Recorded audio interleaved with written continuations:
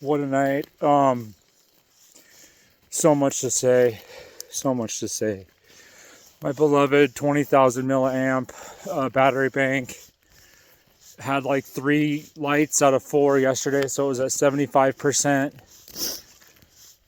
And then my navigation app on my phone called Far Out was compromised or hacked. I like the term crashed. So I only had my Garmin watch, which was being dumb as well. I don't know if we're in some sort of weird magnetic anomaly, but the tracking stuff isn't working.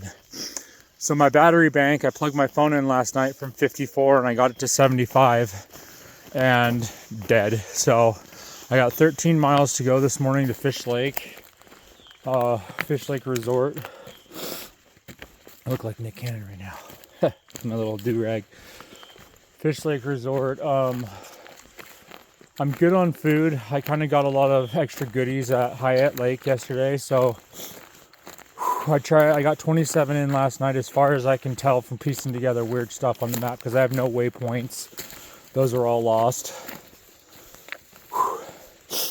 But I ran into snow last night and I was able to walk on top of it. I post-holed one time and it was about a mile of snow or less, maybe 3/4 of a mile, and a little bit this morning. So there's still snow in Oregon. The trail it's the perfect time of year to do the trail, and I'll show you why. You notice how narrow the trail is? A lot of points in the trail right now are already grown over and like completely gone. It's usually these big dark green bushes, but last night when I was coming into camp, the trail was gone, like just totally grown over for like, a good 2 miles downhill. So it's pitch black dark. I'm freaked out because I saw the bear tracks in the snow. I have my bear spray, but I lost the safety clip, so I have a stick in there right now. So I'm dude, this is the PCT. I'm a little frazzled, but I keep chuckling to myself because there's like these little things that make me laugh. But I feel like I'm the second person through Oregon. I know there's a guy ahead of me by like a month, and I can't for the life of me think of his name, but I've been watching his journey, and he's maybe not a month ahead, but at least a couple, 2-3 weeks. So that would be so cool to run into him, but I know I won't because he's moving. But I think he's where's he at? Anyways, so yeah, coming down the hill last night in the dark, it was all downhill. It's like 15 miles downhill to this cabin. I'm like, sweet, there's a cabin. Oh, this thing is ticking me off. Okay, that's it. Okay, whatever. Trying to get to this cabin because of the bear, which bears are herbivores again. Like I kept freaking out about nothing. When his tracks did turn around in the snow, I was following them, and then I saw his set of tracks turn around and came back. So he's chilling there. He's not following the trail.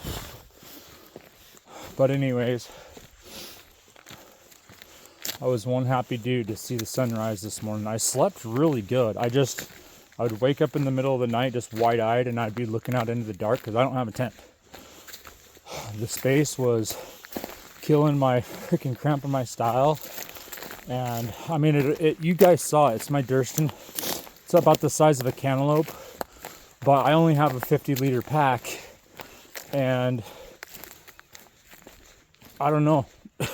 Like I could ditch my puffy, but by the time I put my puffy in there, I could put my tent on top, but it's one extra thing I have to do hundreds of extra times over the course of the trail. So this little burrito bag I got has been phenomenal. Just as warm as a tent. Amazing. I love it. It's a little small in the footbox area, like if you're fully trying to like turn over, you know, your sleeping bag inside of it can like catch when you're going to turn. Just hike big miles and you won't have that problem because you'll sleep so solid.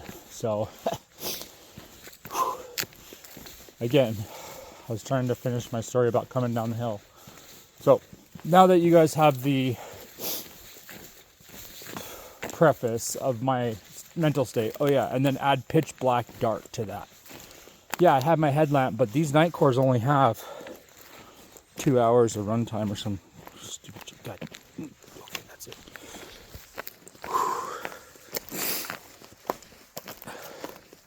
On full bright, they only run for 2 hours. So on medium, it's like 4 to 6, and on low, it's like 8, 10, something like that. Low, you can't see. Medium's all right.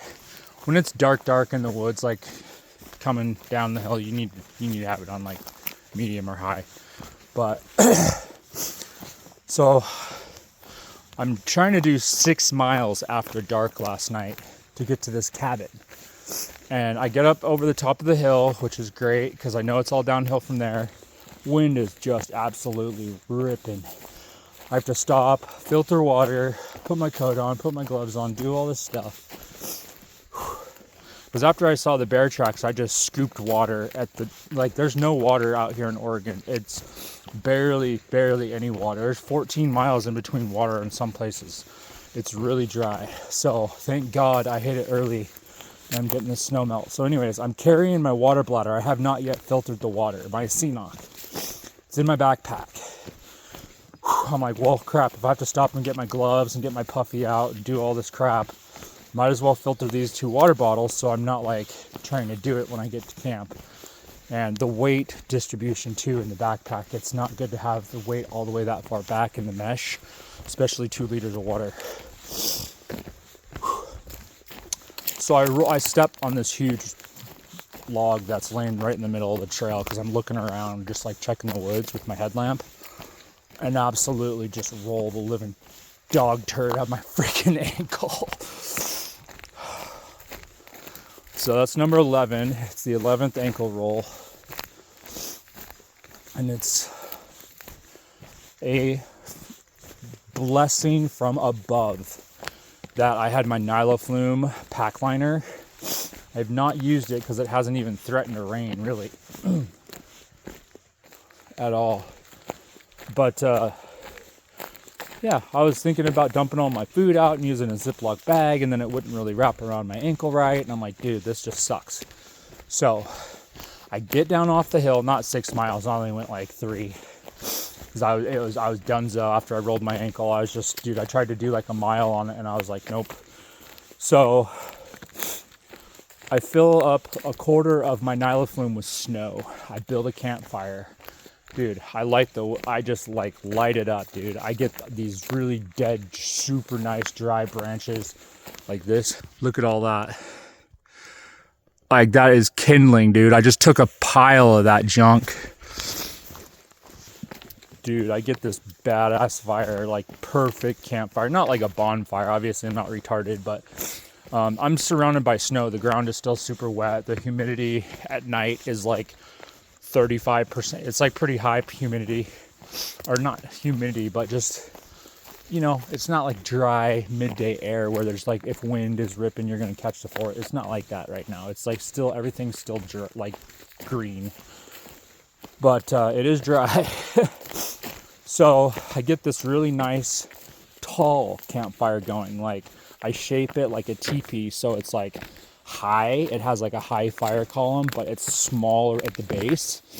Dude, I get the heat column off of that, and I get the light. So I set up camp, I fill up my inflatable pillow. Dude, I take this little log, it's like rotten, set my pad on top of that, set my pillow on top of that, on top of this little broken log, set up my airbed. Dude, I'm chilling. I'm sitting on top of my down sleeping bag next to my fire. I make some hot apple cider. Bro, I was like totally the best night on trail yet. It was so nice. just because I had a little fire. So, that being said, I am a former Boy Scout of America, former fire crew, Campfire. Like, dude, I've literally fought on 2 fires, actually. They were small. One was at my dad's house where we were burning weeds and it like got away. So that was fun, fighting that all night. The other one was in Montana. No, I've done 3 fires. And then one in Washington. So I know how important it is to be careful with fire. So I stirred it. I poured my ice from my Nyla flume from ice in my ankle on my coals, spread it out, stirred, and it was still smoldering. So I was like, dude, this ain't dead out. Dead out means dead out. I scraped, it was dirt. It was all dirt all around me. It was like an old intersection of like a couple logging roads. So it was like, there was nothing, but I used my foot to like scrape a bare dirt path completely down to dirt around the fire, stirred it some more. And then finally it was dead out. So it's cheap insurance knowing that, like, did I get that out?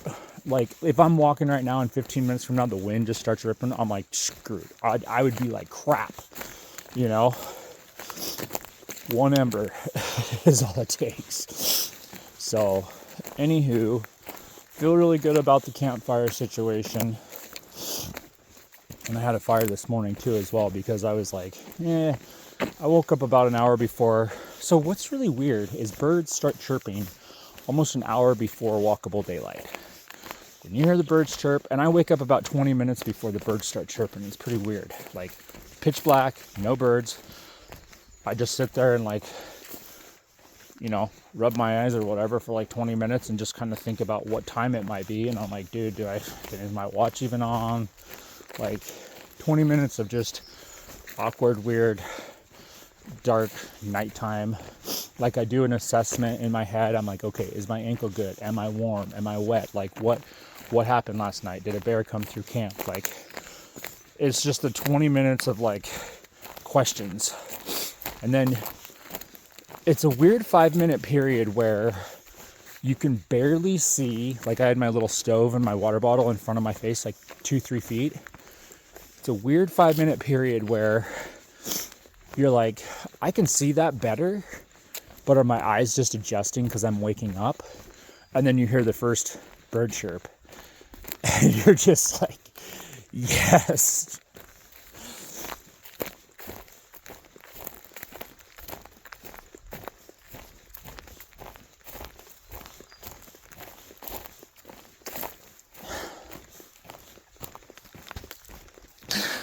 Sorry.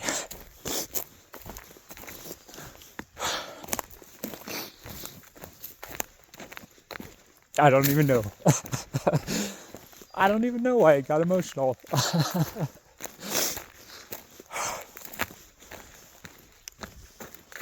The trail splits. That was weird. I don't know why I got emotional. Okay. Ankle's warming up. Meds must be kicking in. I got my stupid night core in my hand. I'm making coffee at the first water. I took a 5-hour energy yesterday, and holy dude, those things kick.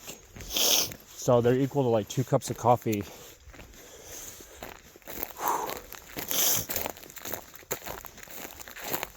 Thanks for sitting through that.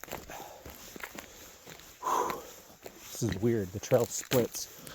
Anyways, all right, I gotta take care of my face. And dude, these are huckleberries. Sweet. They haven't fruited yet, but these are all huckleberries. Nice. It's gonna be cool for some hikers. Okay, love you guys. I'll upload at Fish Lake in approximately 12 miles. Love you.